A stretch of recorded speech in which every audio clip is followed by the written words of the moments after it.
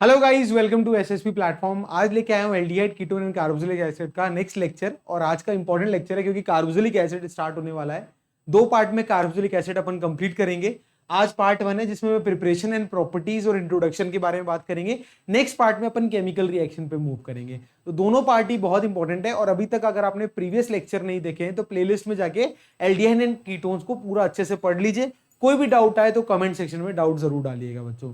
एक इन्फॉर्मेशन है सभी बच्चों के लिए, अगर आप नीट की तैयारी कर रहे हैं तो क्लास 24 ऐप इंस्टॉल कर लीजिए। वहां पर आपको नीट का कोर्स मिल जाएगा। इफ यू आर इंटरेस्टेड तो you can purchase that course. और अगर 11th वीक है और केमिस्ट्री मेरी पढ़ाई हुई समझ में आती है, मुझसे आप कनेक्ट करना चाहते हैं, तो आपका अपना प्लेटफॉर्म है सीबीएसई क्लस्टर बाय अभिषेक सर। अगर आपने अभी तक सब्सक्राइब नहीं किया है, मुझसे कनेक्ट करने में आप इंटरेस्टेड है, तो इसका सब्सक्राइब बटन पे क्लिक जरूर कीजिएगा, जिससे आप मेरे से डायरेक्टली कनेक्ट हो जाए। चलिए स्टार्ट करते हैं आज का अपना टॉपिक। बहुत इंपॉर्टेंट टॉपिक है, बिना आपका टाइम वेस्ट किए तो स्टार्ट करते हैं। सबसे पहले अपन कार्बोक्सिलिक एसिड की अगर बात करूं कि होता क्या है कार्बोक्सिलिक एसिड, तो मैंने बताया था आपको कि कार्बोनिल ग्रुप में 3 तरीके की चीजें अपन पढ़ेंगे अभी इस यूनिट के अंदर। 2 अपन पढ़ चुके हैं कि कार्बोनिल ग्रुप के एक तरफ एल्काइल ग्रुप और एक तरफ हाइड्रोजन ग्रुप लगा दिया तो उसे अपन एल्डिहाइड कहते हैं। कार्बोनिल ग्रुप के एक दोनों तरफ अगर मैं एल्काइल ग्रुप लगा दूं तो उसे अपन कीटोन कहते हैं। आज अपन क्या करने जा रहे हैं, कार्बोनिल ग्रुप के एक तरफ एल्काइल ग्रुप और एक तरफ हाइड्रोक्सिल ग्रुप कनेक्ट करेंगे, जिसे एज अ होल अपन क्या बोलते हैं, कार्बोक्सिलिक एसिड बोलते हैं। अगर कार्बोक्सिलिक एसिड के अंदर टोटल नंबर ऑफ कार्बन 12 से 18 के बीच में होते हैं तो बच्चों कार्बोक्सिलिक एसिड की उस फैमिली को बोलते हैं फैटी एसिड्स। क्लियर है? जब number of carbon in carboxylic acid family मतलब is between 12 carbon to 18 carbon, then that is known as fatty acids. इसको नोट कर सकते हैं अपन। ठीक है, अब अपन कोई भी चीज के बारे में अगर पढ़ते हैं, किसी भी इंसान के बारे में अपन जानते हैं, तो सबसे पहले उससे क्या पूछते हैं, उसका नाम। तो आइए इसका नॉमेनक्लेचर करते हैं। एल्केन से ही डेरिवेटिव बनते हैं, तो एल्केन का अगर मैं ई हटा के ओइक एसिड लगा दूंगा तो कार्बोक्सिलिक एसिड का ये आईयूपीएसी नॉमेनक्लेचर हो जाएगा। तो इसके अंदर जो सफिक्स यूज होता है कार्बोक्सिलिक एसिड के अंदर, वो कौन सा सफिक्स यूज होता है, ओइक एसिड यूज होता है बच्चों। जैसे आपके सामने की एग्जांपल है, 2 कार्बन है, इसे क्या बोलते हैं, इथेन बोलते हैं। अब मैंने क्या कर दिया, RCOH के अंदर एक जगह CH3 लिख दिया, एक जगह COOH लिख दिया। तो नंबर ऑफ कार्बन कितने हो गए, 2। तो 2 के लिए रूट वर्ड तो इथेन होगा बच्चों, तो ई हटा दीजिए, COH लगाए तो सफिक्स क्या लगेगा, ओइक एसिड। तो इसका नाम क्या हो गया, इथेनोइक एसिड। अब और अच्छे से सर प्रैक्टिस करा दो, तो आइए प्रैक्टिस कर लेते हैं। सबसे पहले कुछ एलिफेटिक कार्बोक्सिलिक एसिड के एग्जांपल है। एक एक एग्जांपल बहुत इंपॉर्टेंट है, तो इसको कैसे नॉमेनक्लेचर करेंगे। सबसे पहले पहला एग्जांपल लेते हैं, बिल्कुल बेसिक सा। आपको मैंने फंडा बता रखा है कि कोई भी आईयूपीएसी नॉमेनक्लेचर करने से पहले साइड में आप हमेशा ये लिख लिया करो, कैनन और PRS, कभी गलती नहीं होगी। कैनन मतलब सी मतलब पहले चेन बनाते हैं, तो चेन होती है कार्बन की लॉन्गेस्ट और कंटिन्यूअस चेन। तो ये बन रही है या नहीं बन रही, बिल्कुल सर बन रही है। सेकंड नंबरिंग, नंबरिंग क्या लेफ्ट हैंड से करेंगे या राइट हैंड से करेंगे, तो सब बच्चे जानते हैं प्रायोरिटी वाइज जो कार्बोक्सिलिक एसिड की प्रायोरिटी हाई रहती है तो हमेशा राइट साइड से नंबरिंग करेंगे। तो आइए नंबरिंग करते हैं। तो इसको नंबर 1 देंगे कार्बन को, इसको 2 देंगे, इसको 3 देंगे, इसको 4 देंगे। नंबरिंग भी हो गई। अब नेमिंग स्टार्ट करते हैं। तो नेमिंग में क्या करना है, PRS रूल फॉलो करना है। P for prefix. कहीं भी कोई साइड ग्रुप दिख रहा है नंबर 1 एग्जांपल में, नहीं सर कोई साइड ग्रुप नहीं है, कोई सब्स्टिट्यूएंट नहीं है, तो कोई प्रीफिक्स नहीं होगा। रूट वर्ड यूज करना है। रूट वर्ड के लिए मैंने आपको बता रखा है, 4 कार्बन के लिए जो रूट वर्ड है वो क्या होगा, ब्यूटेन। तो इसका नाम करो BUTAN। ई हटा देना, ई की जगह क्या लगेगा, सफिक्स। अब कार्बोक्सिलिक ग्रुप है, COH ग्रुप है, तो सफिक्स क्या लगेगा, ओइक एसिड। आप चाहो तो 1 ओइक एसिड भी लिख सकते हो बच्चों, वो भी आपका सही है। नहीं तो अगर आप सिर्फ ऐसे लिखते हो, अगर ब्यूटेन ओइक एसिड, ये भी आपका सही है। क्लियर है? चलिए नेक्स्ट एग्जांपल। अब इस एग्जांपल पे अगर बहुत ध्यान से देखेंगे तो कई बच्चे यहीं से ही इसका नॉमेनक्लेचर कर सकते हैं, और कुछ बच्चे मेरी तरह, मान लो मेरे को लॉन्गेस्ट चेन दिखनी चाहिए, तो मैं क्या करूंगा, इसको ड्रॉ कर लूंगा। तो रीड्रॉ कर लो, COH, ये हो गया CH2, 4 बार लिखा हुआ है ना CH2 4 बार, तो 4 बार लिख दो, लो लिख दिया, और एक जगह COH लगा दो, लगा दिया सर। अब इसकी अगर नंबरिंग करेंगे, इसकी नेमिंग करेंगे, तो सबसे पहले लॉन्गेस्ट चेन तो ये रही सर अपनी, ये रही लॉन्गेस्ट कार्बन की चेन। कहीं किसी भी एंड से कर दो, दोनों जगह फंक्शनल ग्रुप लगे हुए हैं, तो मैं लेफ्ट हैंड से कर देता हूं, उधर राइट से क्या था, तो 1 2 3 4 5 6 हो गई सर। क्या इसमें कोई साइड ग्रुप है, नहीं, तो कोई प्रीफिक्स नहीं है। रूट वर्ड 6 का क्या होता है बच्चा पार्टी, सर हेक्सेन, HEAXAN। ई की जगह क्या लगेगा, ओइक एसिड। अब यहां पर बच्चे गलती ना करिएगा, दो फंक्शनल ग्रुप है तो डाइओइक एसिड लगेगा, और जब भी एक से अधिक फंक्शनल ग्रुप है तो उसकी पोजीशन जरूर मेंशन कर दो, भले ही वो 1 पे हो तो भी। तो अगर दो फंक्शनल ग्रुप है, कहां कहां है, एक तो सर 1 पे है, कॉमा एक 6 पर है, और दोनों के लिए क्या यूज करेंगे, डाइओइक एसिड। ठीक है, तो this is the nomenclature. Clear है? कई बच्चे इसको 1,6 आगे भी लिख देंगे, वो भी सही है। 1,6 hexane dioic acid is also true. अगला इधर आ जाओ, ये एग्जांपल पे स्टार लगा लो, थोड़ा अनोखा है, नया है, नीट और जेई के बच्चे तो कर चुके होंगे, तो नीट और जेई के लिए भी इंपॉर्टेंट है, बोर्ड्स में पूछ ले तो अपने को तो रेडी रहना है बच्चों। तो अगर इसकी नॉमेनक्लेचर की बात करें तो सब बच्चे ये कहेंगे कि फंक्शनल ग्रुप वाला कार्बन तो आना चाहिए, पर अगर आप फंक्शनल ग्रुप वाले कार्बन को रखोगे तो कंटिन्यूअस चेन में एक फंक्शनल ग्रुप कार्बन तो रह जाएगा, तो एक के साथ नाइंसाफी अपन नहीं करेंगे। तो इस तरीके के एग्जांपल में क्या करना है अपन को, तीनों के साथ नाइंसाफी करना इज गुड, तीनों को इक्वल रखना है, तीनों को हटा दिया। अब नंबरिंग कर दो, 1 2 3 कर दो, या 1 2 3 कोई भी नंबरिंग कर दिया। चलो नंबरिंग कर दिया। अब नंबरिंग करने के बाद अपन बात करते हैं किसकी, नेमिंग की। तो नेमिंग में अब यहां पर बहुत ध्यान से नेमिंग करेंगे। जब भी इस तरीके की नेमिंग की बात करें अपन, तो नेमिंग में प्रीफिक्स तो कुछ होगा नहीं क्योंकि कोई साइड ग्रुप है ही नहीं। रूट वर्ड 3 के लिए क्या रूट वर्ड होता है, प्रोपेन, लिख दो प्रोपेन। अब यहां पर ओइक एसिड नहीं लगेगा, इधर सफिक्स क्या लगेगा, कार्बोक्सिलिक एसिड। एक बात नोट करके किसी कॉपी में नोट करके लिख लो बच्चों, जब भी फंक्शनल ग्रुप का कार्बन इंक्लूड होगा तभी ओइक एसिड या एल लगता है। मतलब एल्डिहाइड में जब एल यूज करते हो या यहां पर ओइक एसिड यूज करते हो, वो तभी यूज करना है जब उसका फंक्शनल ग्रुप का कार्बन चेन में आ रहा हो। अभी चेन में नहीं आ रहा तो कौन सा सफिक्स यूज करेंगे, कार्बोक्सिलिक एसिड। तो इसका नाम क्या होगा, प्रोपेन 1, 2, 3 ट्राई कार्बोक्सिलिक एसिड। ठीक है, ये बहुत इंपॉर्टेंट है, इसको नोट कर लेना बच्चों कि जब भी फंक्शनल ग्रुप वाला कार्बन इंक्लूड नहीं होता तो कार्बोक्सिलिक एसिड, होता है तो ओइक एसिड, जैसे ये। क्लियर है? बिल्कुल सर। आओ नेक्स्ट मूव करते हैं। ये तो एलिफेटिक था, अब एरोमेटिक पे आ जाओ। एरोमेटिक में सबसे पहले ये देखो, ये आईयूपीएससी ने इसका नाम क्या रख रखा है, बेंजोइक एसिड। क्या बोलते हैं इसको, बेंजोइक एसिड बोलते हैं। ठीक है, डन। इधर आ जाओ।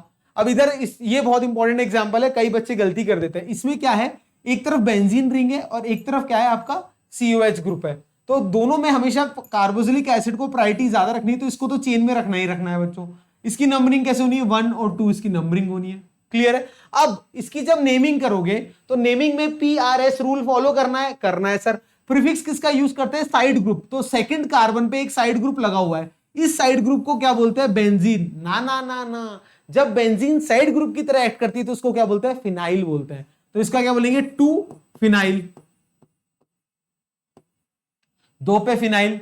रूट वर्ड 2 के लिए क्या रूट वर्ड होता है, इथेन, ETHAN। ई की जगह क्या लिखेंगे, ओइक एसिड। तो क्या नाम हो गया इसका, 2 फिनाइल इथेनोइक एसिड। ठीक है, अब ये जो एग्जांपल है, एग्जांपल नंबर 3, ये अभी अभी आपको मैंने जस्ट कराया है, तो ये आपका क्या है, होमवर्क है। इसको कमेंट सेक्शन में इसका आंसर सब बच्चे बताएंगे। ठीक है, बिल्कुल ऑनेस्टी से करिएगा, कमेंट सेक्शन में इसका आंसर बताइएगा। चलिए तीसरा एग्जांपल, ये अभी अभी जस्ट मिलता जुलता ये जो मैंने आपको कराया। चलो ये तो हो गया। अब इसके बाद अपन बात करते हैं, बहुत इंपॉर्टेंट है, नेमिंग हो गई है, अब स्ट्रक्चर जान लेते हैं कि कार्बोक्सिलिक एसिड दिखता कैसा है। तो कार्बोक्सिलिक एसिड का जो स्ट्रक्चर होता है बच्चों, वो इस तरीके से कुछ होता है। देखो R, ठीक है sir, carbon, double bond oxygen, single bond oxygen और एक सिंगल बॉन्ड हाइड्रोजन। तो ये इसका स्ट्रक्चर होता है। क्लियर है? इसका स्ट्रक्चर जो है आप देख पा रहे हैं, एक प्लेन में अपन ड्रॉ कर पा रहे हैं, तो इसका स्ट्रक्चर क्या होता है, प्लेनर स्ट्रक्चर होता है। क्या होता है बच्चों, प्लेनर स्ट्रक्चर होता है। ठीक है, इस कार्बन की अगर अपन हाइब्रिडाइजेशन की बात करें तो हाइब्रिडाइजेशन क्या याद करनी है, नहीं सर याद नहीं करनी, निकाल लेते हैं। निकाल लो, इस कार्बन पे नंबर ऑफ सिग्मा कितने हैं, 1 2 3, नो लोन पेयर, तो 3 के लिए क्या यूज करते हैं, sp2 hybridise carbon atom present है।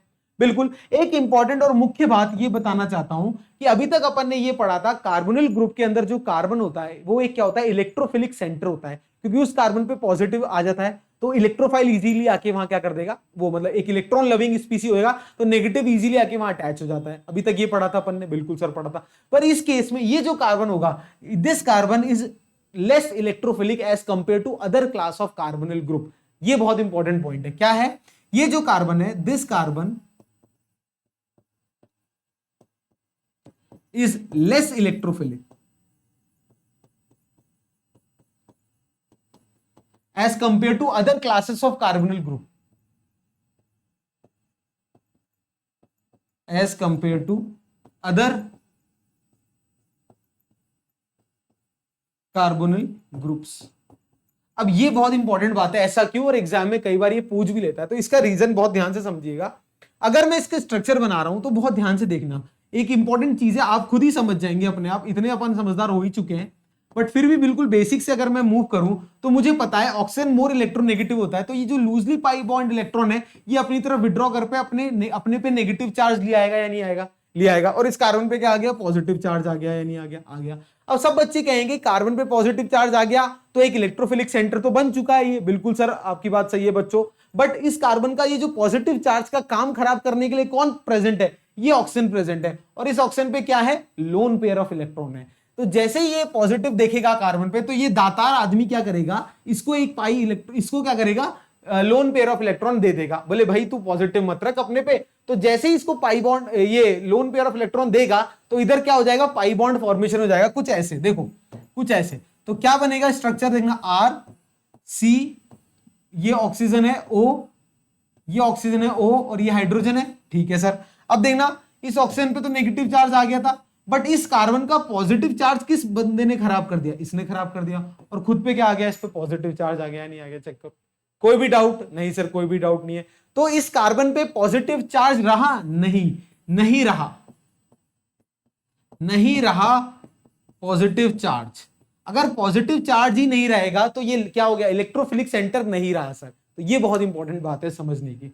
तो the carbon of carboxylic group या carboxylic acid is less electrophilic. Why it is less electrophilic? Because the positive charge on that carbon atom does not hold for a longer duration of time because of the lone pair of electron present on the OH group oxygen. ऐसे लिख सकते हो, clear है। तो OH group oxygen पे जो lone pair of electron है ये काम खराब कर दे रहा है, क्लियर, इसको नोट कर लो, कर लिया नोट। अब इन दोनों स्ट्रक्चर में एक चीज सामने आई है मेरे, क्या सामने आई कि पहला स्ट्रक्चर कार्बोनिल ग्रुप का कुछ ऐसा था ना, देखना सिर्फ ऑक्सीजन की बात कर रहा हूं, हाइड्रोजन तो इन्वॉल्व ही नहीं है, देखो ऐसा था स्ट्रक्चर। इसने क्या किया, नेगेटिव चार्ज अपने पे लिया, इसने पॉजिटिव चार्ज लिया, फिर क्या किया, लोन पेयर ऑफ इलेक्ट्रॉन इधर आ गया या नहीं आ गया, बिल्कुल सर आ गया। तो पाई बॉन्ड जो है वो मूव कर रहा है, देखो चेक करो, क्या पाई बॉन्ड ऐसे मूव कर रहा है ना, कभी इस ऑक्सीजन पे इस कार्बन पे, कभी इस कार्बन इस ऑक्सीजन पे। तो पाई बॉन्ड क्या है, रेजोनेंस कर रहा है या नहीं कर रहा, बिल्कुल। तो कुछ इस तरीके से एक रेजोनेटिंग स्ट्रक्चर बनेगा ना इन दोनों ऑक्सीजन के बीच में, कुछ इस तरीके से, देखना कुछ गलत तो नहीं बता रहा। तो ये क्या है, ब्लैक पे क्या बना है, मूवेबल पाई बॉन्ड इलेक्ट्रॉन। तो ये क्या है, रेजोनेटिंग स्ट्रक्चर है, क्या है, रेजोनेटिंग स्ट्रक्चर।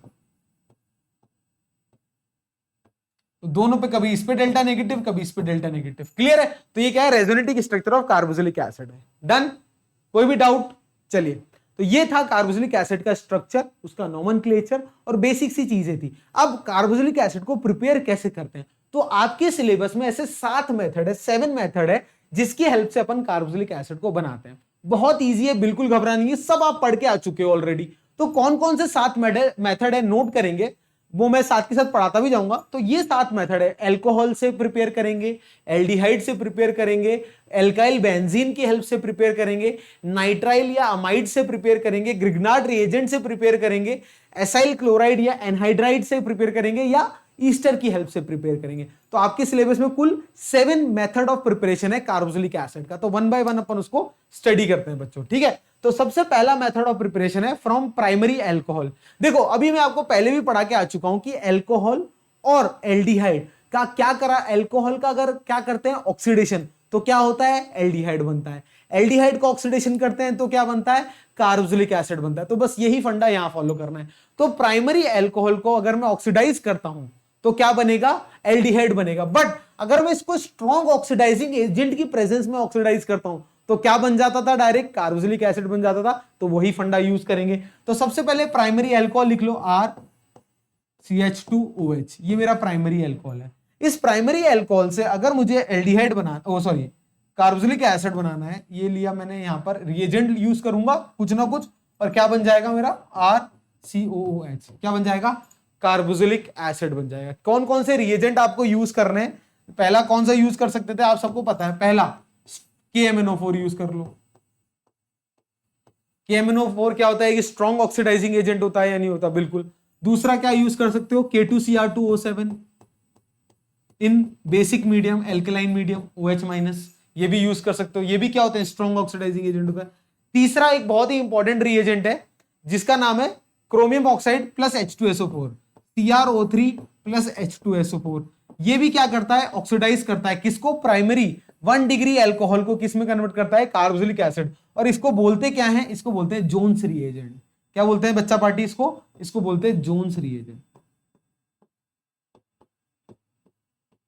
तो जोन्स रिएजेंट की हेल्प से भी क्या होता है, प्राइमरी अल्कोहल किस में कन्वर्ट होता है, कार्बोक्सिलिक एसिड में। इसको नोट कर लो, ठीक है। क्या बोलते हैं इसको, जोन्स रिएजेंट। तो ये प्राइमरी अल्कोहल किस में कन्वर्ट हो गया, कार्बोक्सिलिक एसिड में कन्वर्ट हो गया। क्लियर। जैसे एग्जांपल करा देता हूं, जैसे मान लो ये ले लिया मैंने CH3 CH2OH। इसको किस, अगर मेरे को इन तीन में से कोई भी एक रिएजेंट यूज कर लो आप, कोई भी एक, तो ये किस में कन्वर्ट हो जाएगा, CH3COOH। तो ये जो CH2OH है ये किस में कन्वर्ट हो गया, COOH में कन्वर्ट हो गया। तो this is my method of preparation of carboxylic acid with the help of alcohol. Note कर लो इसको। क्लियर है। तो क्या बात समझ में आई, जोन्स रिएजेंट वाली बात समझ में आ गई, ठीक है। चलो, ये तीनों क्या होते हैं, स्ट्रॉन्ग ऑक्सीडाइजिंग एजेंट होते हैं। ये तीनों क्या है,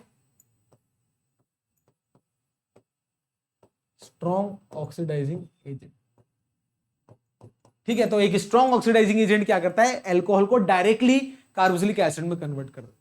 चलो, नेक्स्ट मेथड ऑफ प्रिपरेशन है एल्डिहाइड। अब एल्डिहाइड को तो सर माइल्ड ऑक्सीडाइजिंग एजेंट ही दे दो तो ये आपका काम हो जाएगा, बहुत बढ़िया। तो लो एल्डिहाइड ले लो, RCHO। इसको कोई माइल्ड ऑक्सीडाइजिंग एजेंट का नाम लेना बहुत इंपॉर्टेंट है। क्या होता है सर, आपने पढ़ाया था टॉलरेंस रिएजेंट। टॉलरेंस रिएजेंट याद है ना, टॉलरेंस रिएजेंट का फॉर्मूला भूल गए सर, ये लो याद करा देता हूं, सिर्फ इतना लिख दो, अमोनिकल सिल्वर नाइट्रेट सॉल्यूशन था ना, बस उसमें से ये लिख दो बस। तो ये टॉलरेंस रिएजेंट का काम करता है। तो ये क्या है मेरा, टॉलरेंस रिएजेंट। तो टॉलरेंस रिएजेंट क्या होता है, एक माइल्ड ऑक्सीडाइजिंग एजेंट होता है। टॉलरेंस रिएजेंट क्या है, ये एक माइल्ड ऑक्सीडाइजिंग एजेंट है। माइल्ड मतलब हल्का। ये क्या करेगा, एल्डिहाइड को क्या कर देगा, कन्वर्ट कर देगा किसमें, कार्बोक्सिलिक एसिड में। तो ये है मेरा एल्डिहाइड, ये कन्वर्ट हो गया किसमें, RCHO। किसमें कन्वर्ट हो जाएगा, corresponding salt of carboxylic acid. याद है कुछ आया है, प्लस बहुत सारी चीजें बनी थी और एक बना था सिल्वर मिरर। याद करो, रिवीजन हो गया टॉलरेंस टेस्ट का भी, सिल्वर मिरर। चलो सिल्वर मिरर, ये क्या हो गया, कॉरस्पॉन्डिंग सॉल्ट बन गया। इसको अगर H+ दे दूं तो क्या बन जाएगा, लो आपका कार्बोक्सिलिक एसिड बन गया। कोई डाउट नहीं सर, कोई भी डाउट नहीं है, क्लियर है। तो एल्डिहाइड को मैं क्या कर रहा हूं, एल्डिहाइड को टॉलरेंस रिएजेंट से रिएक्ट करा रहा हूं। अब एक चीज बताओ, अगर मैं कीटोन को कराऊंगा तो क्या रिएक्ट करेगा, कमेंट सेक्शन में बताना। बहुत लल्लू सा सवाल पूछ रहा हूं, ठीक है। तो एल्डिहाइड को टॉलरेंस रिएजेंट से रिएक्ट कराएंगे तो किस में कन्वर्ट हो जाएगा, कार्बोक्सिलिक एसिड में कन्वर्ट हो जाएगा। एक और कोई माइल्ड ऑक्सीडाइजिंग एजेंट का जरा नाम बता दो, अभी पढ़ के आए हो एल्डिहाइड में, क्या है उसका नाम, फेलिंग सोल्यूशन। बिल्कुल सही।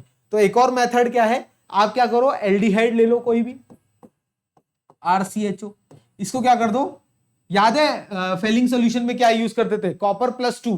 बिल्कुल सर, Cu+2 यूज कर लो, या इधर रेड मत, इधर ब्लू लिख लो। चलो, एक रीजन है ब्लू लिखने का, कॉपर +2 होता था उसमें, ठीक है। Fehling solution A, Fehling solution B, सब पढ़ा रखा है। ये किस कलर का होता है, aqueous copper sulphate solution, blue colour, ठीक है। फेलिंग सोल्यूशन B क्या होता है, सोडियम पोटेशियम टार्ट्रेट, रॉशेल सॉल्ट। याद आ गया सर, बहुत बढ़िया। चलो, जब मैं किसी भी एल्डिहाइड को, ये क्या है मेरा, फेलिंग सोल्यूशन पे, ये क्या है, बाय फेलिंग सोल्यूशन, ये कहां आया, फ्रॉम फेलिंग सोल्यूशन, ठीक है, फ्रॉम फेलिंग सोल्यूशन। तो फेलिंग सोल्यूशन से जो कॉपर +2 आया, क्या करता है ये, इसको कन्वर्ट कर देता है, RCHO को किस में कन्वर्ट कर देता है, corresponding salt of carboxylic acid, RCOO- plus ये जो कॉपर +2 है ये किस में कन्वर्ट हो जाता है, याद करो, Cu2O में कन्वर्ट हो जाता है। याद है, Cu2O। ये क्या होता है, red brown ppt, reddish brown ppt. याद आया नहीं आया, बिल्कुल रेडिश ब्राउन कलर। ये फेलिंग टेस्ट है। तो क्या हुआ, एल्डिहाइड को आपने फेलिंग सॉल्यूशन से रिएक्ट कराया तो वो किस में कन्वर्ट हो गया, corresponding salt of carboxylic acid. अब इसको फर्दर फिर क्या कर दो, रिएक्ट करा दो किससे, H प्लस दे दो इसको, किसी भी तरह कोई भी हाइड्रोलिसिस करा दो, RCHO, ओ सॉरी RCOH, लो बन गया कार्बोक्सिलिक एसिड। तो एल्डिहाइड से क्या बन गया, carboxylic acid by using falling solution. ये क्या है, बाय यूजिंग टॉलरेंस रिएजेंट, और दोनों ही क्या होते हैं, एक माइल्ड ऑक्सीडाइजिंग एजेंट होता है, इसको नोट कर लो। ठीक है, चलिए तो दो तरीके की, देखो कितना तुरंत तुरंत होगा, सब पढ़ के आ चुके हो आप, अब बहुत इजी है कार्बोक्सिलिक एसिड। अब नेक्स्ट मेथड ऑफ प्रिपरेशन की बात करते हैं, फ्रॉम एल्काइल बेंजीन, ये इंपॉर्टेंट है। एल्काइल बेंजीन से अगर मैं रिएक्ट करा रहा हूं, अगर मैं एल्काइल बेंजीन से क्या बनाना चाहता हूं, कार्बोक्सिलिक एसिड बनाना चाहता हूं, तो एल्काइल बेंजीन दिखता कैसा है सर, जरा दिखा दीजिएगा। ये देखो बेंजीन है, जी हाँ भाइयों बहनों, इस बेंजीन पे अगर मैं एल्काइल ग्रुप लगा दूं तो ये एल्काइल बेंजीन। क्या बोलते हैं इस भाई साहब को, इसको बोलते हैं टोलुइन। ठीक है सर, अब टोलुइन को क्या करना है, अपन को रिएक्ट कराना है किसी रिएजेंट के प्रेजेंस में और हीट कराना है, तो इसको दे दो KMnO4 प्लस KOH। क्या दे दो इसको, KMnO4 plus KOH, KMnO4 plus KOH, और इसको क्या कर दो, हीट करा दो। क्या करा दो, हीट करा दो। तो जैसे इसको हीट कराओगे बच्चों KMnO4 प्लस KOH की प्रेजेंस में, तो ये जो एल्काइल ग्रुप है ना आपका, ये किस में कन्वर्ट हो जाएगा, potassium salt of carboxylic acid, CO minus K plus, क्योंकि K है ना यहाँ, तो ये जो आपका ये वाला ग्रुप है, एल्काइल ग्रुप है, ये किस में कन्वर्ट हो गया, पोटेशियम, ये potassium salt of carboxylic acid में कन्वर्ट हो गया। अब क्या कर दो, इसको H प्लस दे दो और हीट कर दो, H3O प्लस और हीट कर दो। तो जैसे इसको H3O प्लस दोगे तो ये क्या होगा, KOH आपका वापस आपको मिल जाएगा गिफ्ट में, और यहाँ COH आ जाए। ठीक है, तो क्या बन गया, बेंजोइक एसिड बन गया या नहीं बन गया, क्या है ये, बेंजोइक एसिड। तो 2 स्टेप कन्वर्जन है। तो अगर मुझे टोलुइन से बेंजोइक एसिड बनाना है तो क्या यूज करना पड़ेगा, KMnO4 प्लस KOH, और उसको क्या कर दो, उसका फर्दर उसको H3O प्लस दे दो। ठीक है, चलिए नोट कर लो इसको।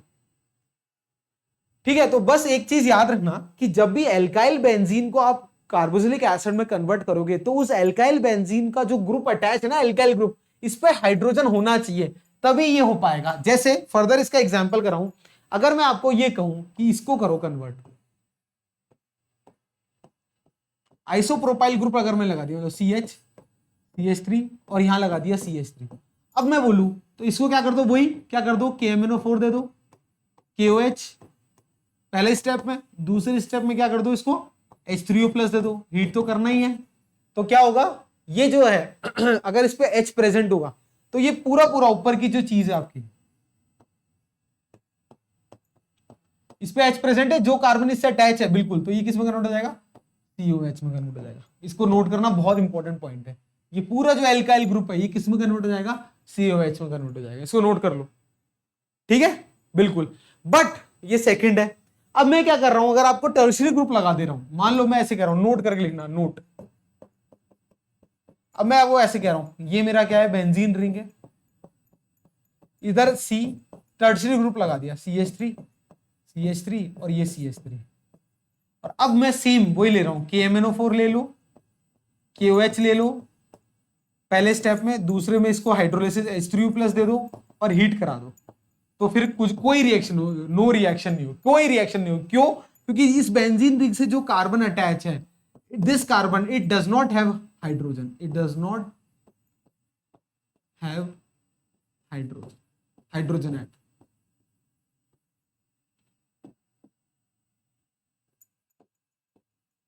तो जो कार्बन अटैच, जो एल्काइल ग्रुप का कार्बन अटैच है ना बेंजीन रिंग से, उस पे क्या होना चाहिए, हाइड्रोजन होना चाहिए। इसमें भी है और इसमें भी है, तभी वो क्या होगा, corresponding salt of carboxylic acid में कन्वर्ट हो पाएगा। इसको नोट कर लेना, ये इंपॉर्टेंट बात है। ठीक है, तो एल्काइल बेंजीन से कैसे कार्बोक्सिलिक एसिड बनाना है ये भी इंपॉर्टेंट है।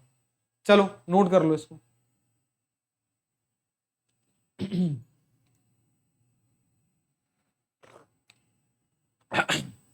चलो नेक्स्ट मेथड ऑफ प्रिपरेशन है फ्रॉम नाइट्राइल्स एंड अमाइड्स। तो आप सबको पता है नाइट्राइल्स तो क्या ही होते हैं, बता रखा है सर ने अच्छे से। तो ये है मेरा nitrile, RC triple bond N।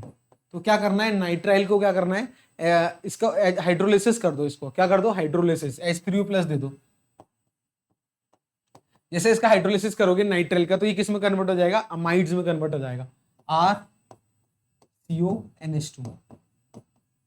ठीक है, ये क्या है, नाइट्राइल है, ये है अमाइड, इसको नोट कर लो, ठीक है। इसको हाइड्रोलिसिस करा दिया मैंने। इसका फर्दर जब अमाइड को मैं फर्दर क्या करूंगा, इसको मैं फर्दर इसका हाइड्रोलिसिस करूंगा, मतलब इसको H3O+ दूंगा और इसको हीट करूंगा, तो ये जो अमाइड है ये किस में कन्वर्ट हो जाएगा, कार्बोक्सिलिक एसिड में, RCOOH plus ammonia gas release होगी, ठीक है। ये नोट कर, चलिए इसको नोट कर लो, ठीक है।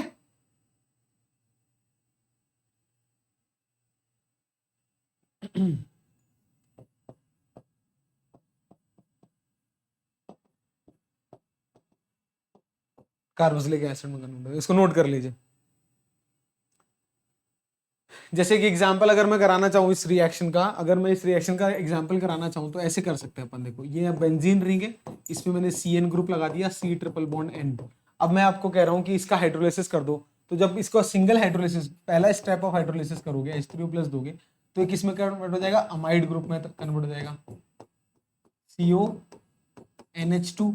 और इसको फर्दर जब हीट करोगे इन द प्रेजेंस ऑफ H3O+, तो ये किस में कन्वर्ट हो जाएगा, बेंजोइक एसिड में, और अमोनिया गैस रिलीज हो जाएगी, उड़ जाएगी।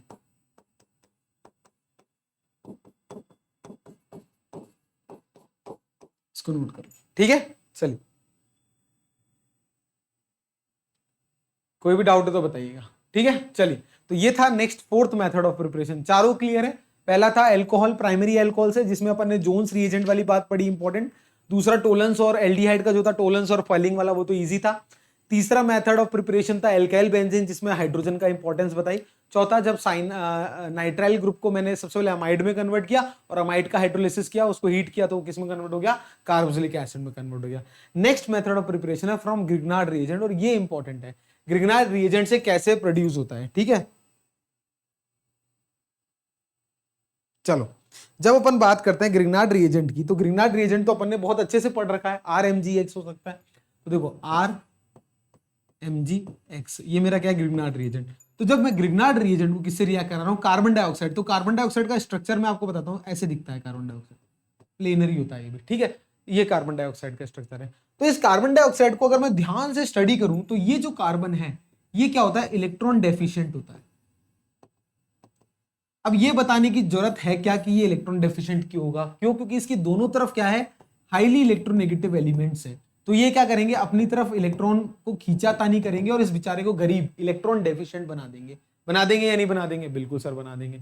तो इस कार्बन पे अगर देखा जाए तो डेल्टा पॉजिटिव चार्ज है या नहीं है, छुपा हुआ, हाँ सर छुपा हुआ है।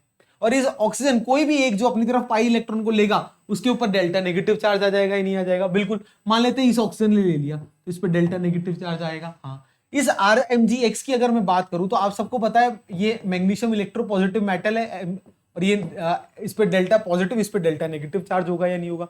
जब इन दोनों की आपस में रिएक्शन होगी तो क्या प्रोडक्ट बनेगा, बहुत ध्यान से देखिएगा। जब इन दोनों को आपस में रिएक्ट कर रहा हूं, तो ये जो एल्काइल ग्रुप है माइनस वाला, ये कहां, इस कार्बन पे आ जाएगा, नहीं आ जाएगा, आ जाएगा। तो ये जो एल्काइल ग्रुप है R, इस कार्बन पे आ गया। ये कार्बन से ये जो ऑक्सीजन है, ये तो एज इट इज कनेक्टेड है, ये लो, ये तो एज इट इज कनेक्टेड है। और ये जो ऑक्सीजन है जो डेल्टा नेगेटिव चार्ज लेके बैठा है, वो इस तरीके से कनेक्टेड है, डेल्टा नेगेटिव। इस डेल्टा नेगेटिव पे आके कौन चिपक जाएगा, ये Mgx आके चिपक जाएगा, नहीं है मुझे Mgx, ये चीज पता है, क्लियर है, बिल्कुल सर क्लियर है। कोई भी डाउट नहीं सर, कोई भी डाउट नहीं है, चेक करो, चेक करो इसको। चलिए चेक कर लिया, ठीक है। अब इसके बाद क्या करना है, बहुत इजी होगा, ये आ गया। अब इसका हाइड्रोलिसिस कर दो, इसको H3O+ दे दो, H3O+, H+OH- दे दो। तो क्या है, यहां प्लस या माइनस ऑलरेडी है, तो इस पे क्या आएगा, H+ आएगा, इस पे H+ आएगा, और इधर क्या आएगा, OH- आएगा। तो MgOH और X ये तो अलग हो जाएगा, और यहां OH आ जाएगा। तो क्या बनेगा, देखना क्या बनेगा, RCOOH, कार्बोक्सिलिक एसिड मिल गया, very good, plus MgOH-X,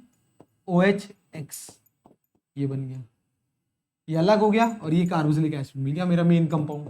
clear है। तो कैसे बना कार्बोक्सिलिक एसिड ग्रिग्नार्ड रिएजेंट से, बाय यूजिंग कार्बन डाइऑक्साइड। क्या है ये, CO2, कार्बन डाइऑक्साइड।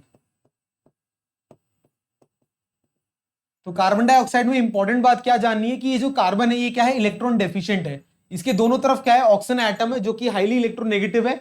तो ये क्या करेंगे, अपनी तरफ इलेक्ट्रॉन विड्रॉ पुल करेंगे और कार्बन को इलेक्ट्रॉन डेफिशिएंट बना देंगे। तो ये कार्बन क्या होता है, डेल्टा पॉजिटिव चार्ज एक्वायर कर लेता है, which helps us to leading the chemical reaction with RMgX। Clear है?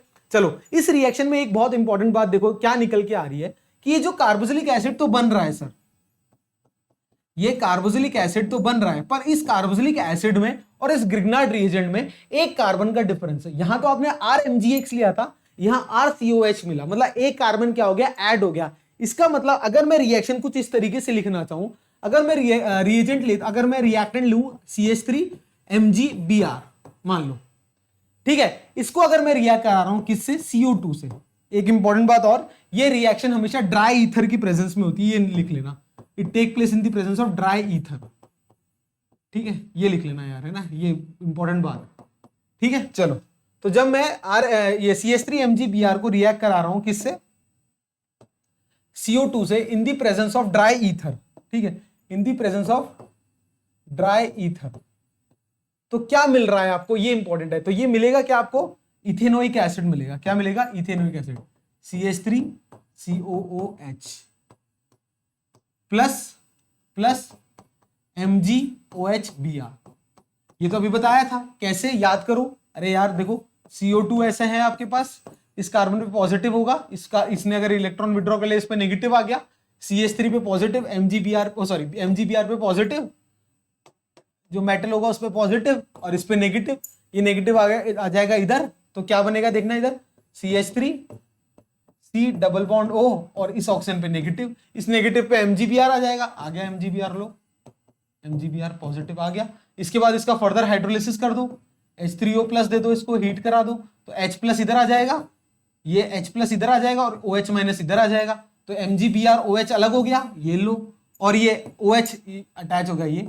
तो इस पूरी रिएक्शन में क्या देखने को मिल रहा है कि आपने एक कार्बन, एक CH3 ग्रुप का अगर ग्रिग्नार्ड रिएजेंट लिया, CH3MgBr, और मिला क्या, इथेनोइक एसिड, तो एक कार्बन क्या हो गया, बढ़ गया, ऐड हो गया। तो the reaction in which carbon adds और डिसअपियर, कोई कार्बन ऐड होता है या कोई कार्बन सब्ट्रैक्ट होता है, it is very useful for the point of view of convergence. Convergence के लिए बहुत इंपॉर्टेंट है ये रिएक्शन।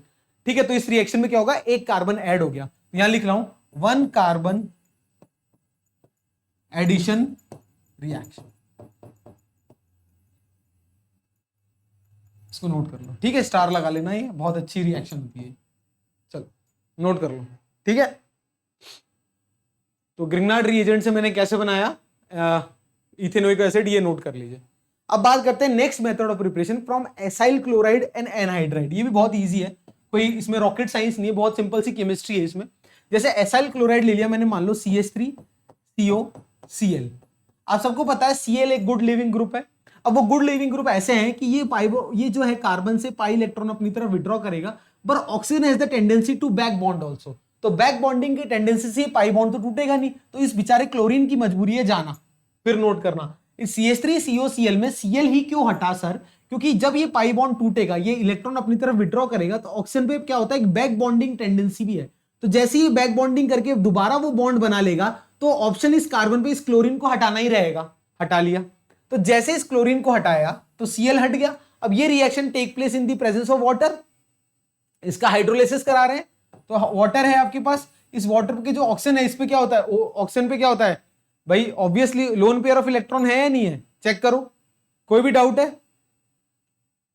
अरे क्लियर है, कोई भी डाउट है, नहीं सर कोई भी डाउट नहीं है। अब आप जब इसको H प्लस और OH माइनस दोगे, तो देखना बहुत ध्यान से, OH माइनस इस कार्बन पे जाएगा, क्योंकि इस क्लोरीन हट गया, तो इस कार्बन पे डेल्टा पॉजिटिव चार्ज आ गया, और इस क्लोरीन पे डेल्टा नेगेटिव से हट गया, तो यहां क्या आएगा देखना, CH3CO, और ये OH आ गया इस कार्बन पे, OH प्लस HCl अलग हो गया। क्लियर है, कोई भी डाउट नहीं सर, कोई भी डाउट नहीं। तो ये इंपॉर्टेंट पॉइंट क्या है, इधर एक इंपॉर्टेंट पॉइंट क्या है, Cl क्या है, एक गुड लिविंग ग्रुप है।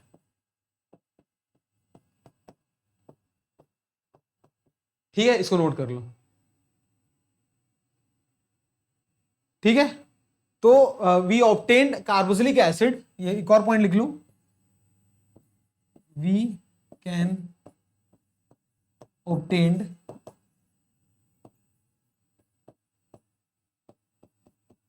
कार्बोक्सिलिक एसिड फ्रॉम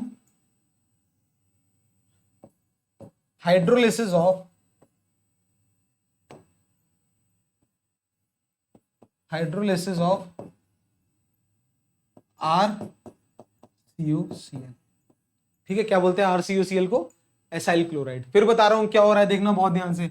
ये R, ये CO, ये Cl है।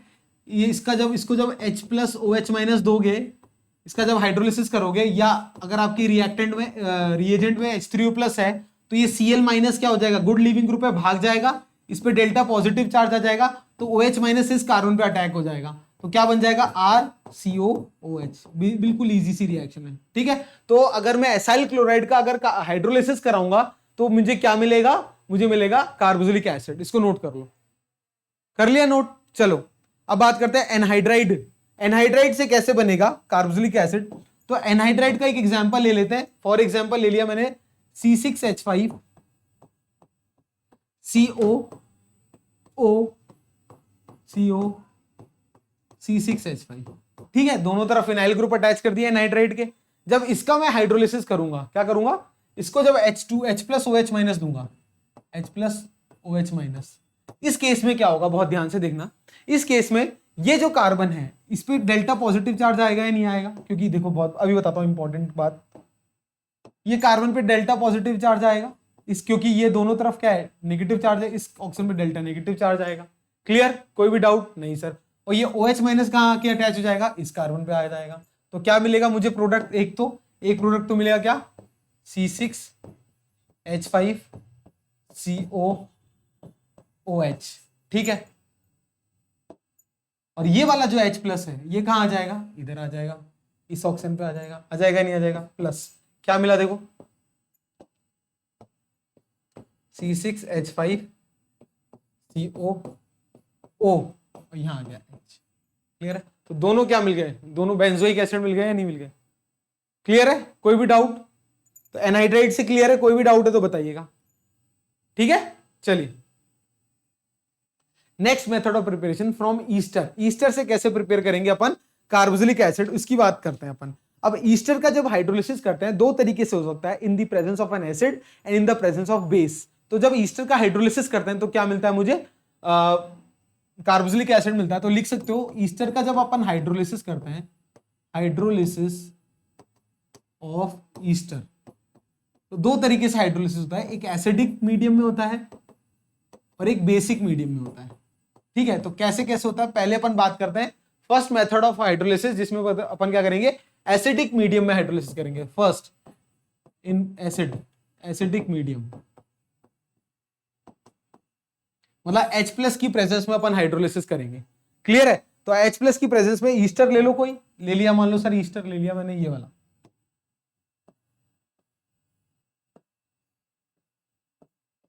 RARCOOR, ये ईस्टर है या नहीं है, चेक करो। बिल्कुल सर, इस ईस्टर का हाइड्रोलिसिस करना है तो इसको क्या करना है, रिएक्ट करा दो, यहां लिख दो।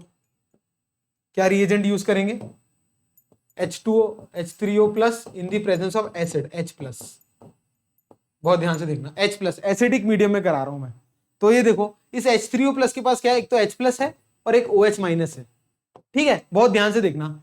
अब ये इधर यहां इंपॉर्टेंट स्टेप है, ये समझना बहुत इंपॉर्टेंट है। ये जो मिथाइल ग्रुप अटैच है या एल्काइल ग्रुप है, ये क्या होता है, इलेक्ट्रॉन डोनेटिंग इन नेचर होता है या नहीं होता? हाँ sir, electron donating in nature होता है। तो इस इलेक्ट्रॉन डोनेटिंग इन नेचर की होने की वजह से इस ऑक्सीजन पे डेल्टा नेगेटिव चार्ज आ जाएगा और इस कार्बन पे डेल्टा पॉजिटिव चार्ज आ जाएगा या नहीं आ जाएगा? बिल्कुल सर आ जाएगा। तो ये जो H प्लस है, ये कहां आ जाएगा, H प्लस आके इधर अटैच हो जाएगा, नहीं हो जाएगा? बिल्कुल देखो, और ये OH माइनस, ये जो OH माइनस है, ये तो इधर आ जाएगा, इस वाले कार्बन पे आ जाएगा, और ये H प्लस कहां आ जाएगा, इस वाले ऑक्सीजन पे आ जाएगा। तो क्या मिलेगा प्रोडक्ट साइड में अपन को, देखना ईस्टर के हाइड्रोलिसिस पे, एक तो ये बेंजीन रिंग तो ऑलरेडी थी CO, ठीक है, इस कार्बन पे क्या आ गया, ये OH आ गया, ये लो लगा दो OH। तो क्या बन गया, benzoic acid plus, benzoic acid मिल गया प्लस, इधर देखो CH3O ऑलरेडी था, इस ऑक्सीजन पे नेगेटिव चार्ज था, इस पे एक H प्लस आके जुड़ जाएगा, आ गया H। तो एक तो क्या मिला, एल्कोहल, मिथेनॉल, एक तो एल्कोहल मिल गया और एक क्या मिल गया, बेंजोइक एसिड मिल गया। बिल्कुल इजी सी चीजें हैं, बहुत ध्यान से देखना। ठीक है, वही सब चीजें हैं जो अपन बात कर चुके हैं। देखो चलो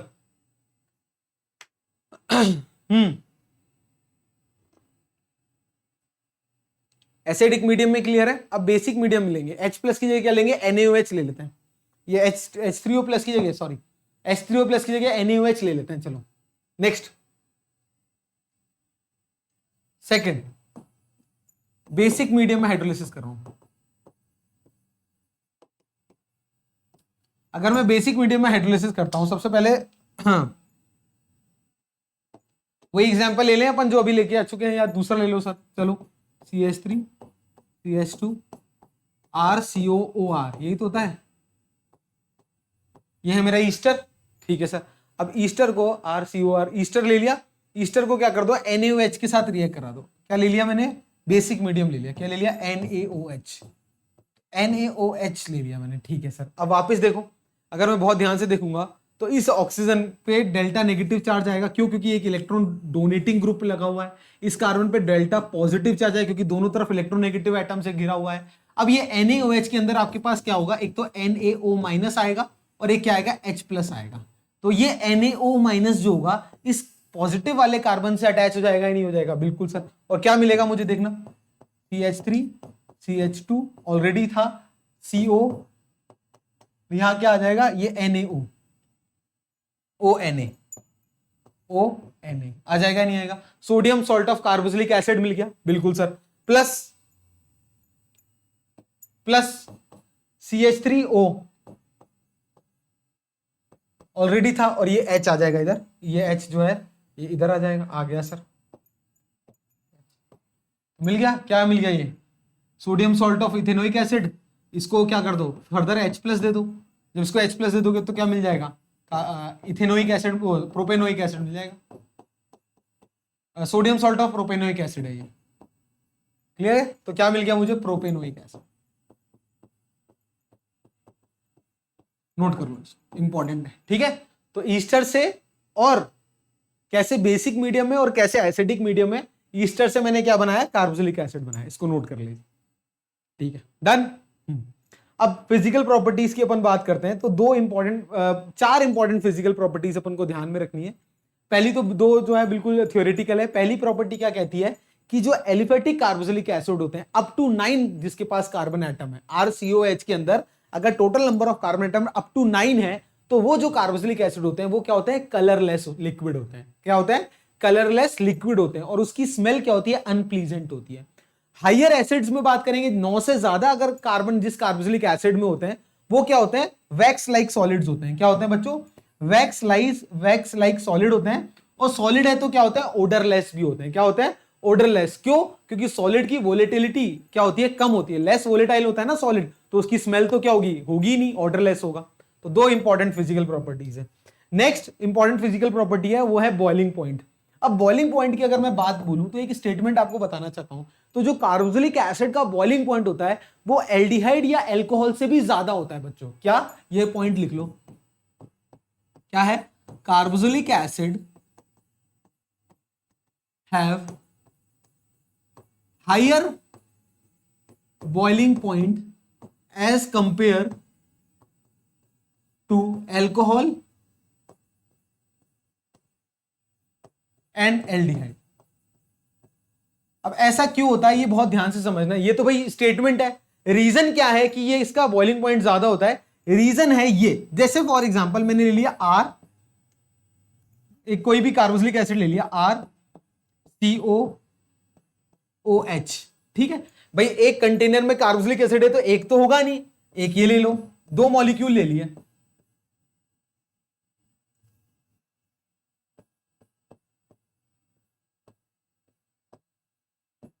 ठीक है। ये देखो कार्बोक्सिलिक एसिड के दो मॉलिक्यूल ले लिए, इनमें आपस में क्या होता है, इन दो मॉलिक्यूल में आपस में क्या होगा बच्चों, ये दिख रहा है आपको, क्या है, हाइड्रोजन बॉन्ड फॉर्म है। क्या है, हाइड्रोजन बॉन्ड। तो मॉलिक्यूल्स जो होते हैं ना, कौन से, molecules of carboxylic acid form hydrogen bond amongst them.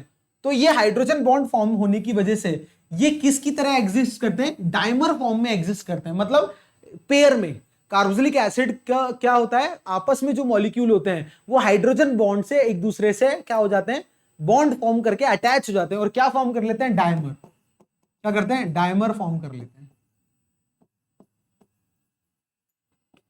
Due to hydrogen bond.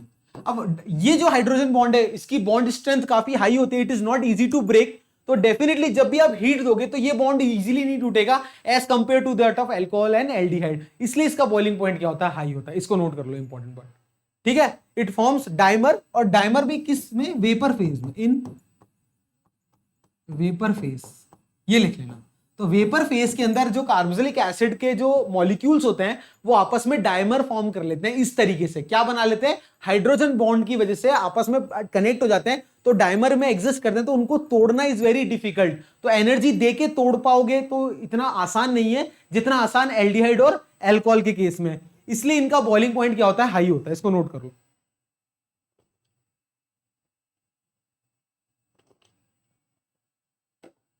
चलिए नेक्स्ट, अगर अपन सॉल्युबिलिटी की बात करें तो कार्बोक्सिलिक एसिड, क्या आप खुद गैस करो, क्या सॉल्युबल होगा? बिल्कुल सर, देखो RCOO और ये OH, ये कार्बोक्सिलिक एसिड है। इसको मैंने पानी में डाल दिया, तो पानी का मॉलिक्यूल आप सबको पता है क्या होता है, वाटर, H2O। ठीक है बच्चों, ये लो पानी का मॉलिक्यूल, पानी में जैसे इसको डाला चुल्लू पर पानी में, तो ये लो वाटर, वाटर के मॉलिक्यूल है। अब ये आपस में क्या बना रहे हैं, देखो ये क्या बनते हुए दिख रहा है तुम्हें, ये क्या बनते हुए दिख रहा है सर, हाइड्रोजन बॉन्ड बनते हुए दिख रहा है। तो इसका मतलब जो कार्बोक्सिलिक एसिड है वो वाटर मॉलिक्यूल के साथ क्या बना लेते हैं, हाइड्रोजन बॉन्ड फॉर्म कर लेते हैं। तो ये क्या होता है, दिस जो carboxylic acid is soluble in water due to the formation of hydrogen bonding. But important बात ये है कि ये जो R होता है, एल्काइल ग्रुप होता है, ये क्या है, हाइड्रोफोबिक पार्ट होता है। ये इसको क्या बोलते हैं, हाइड्रोफोबिक पार्ट है। अब देखना, हाइड्रोफोबिक पार्ट है। अब जैसे जैसे इसकी लेंथ बढ़ाओगे, एज R इंक्रीजेस, R की लेंथ बढ़ेगी तो हाइड्रोफोबिक नेचर बढ़ेगा, तो सॉल्युबिलिटी क्या होगी, डिक्रीज होगी। तो इंपॉर्टेंट पॉइंट क्या लिख सकते हो, ये लिख सकते हो, although carboxylic acid are soluble in water due to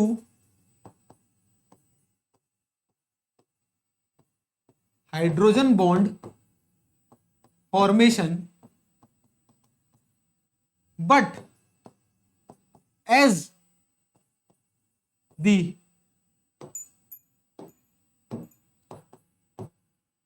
length of alkyl group increases, that is hydrophobic part। ऐसे लिख लो, हाइड्रोफोबिक मतलब water hating, as the length of alkyl group increases solubility decreases.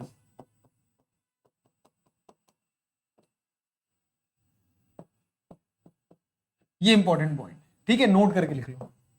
तो सॉल्युबिलिटी में ये question कई बार पूछ लेते हैं कि सॉल्युबल तो होता है बट हायर मॉलिक्यूल सॉल्युबल नहीं होते, क्यों? क्योंकि हाइड्रोफोबिक पार्ट बढ़ जाता है तो सॉल्युबिलिटी क्या होती है, डिक्रीज हो जाती है। इस बात को इंपॉर्टेंट है, इसको नोट कर लो। चलिए इसको नोट कर लीजिए।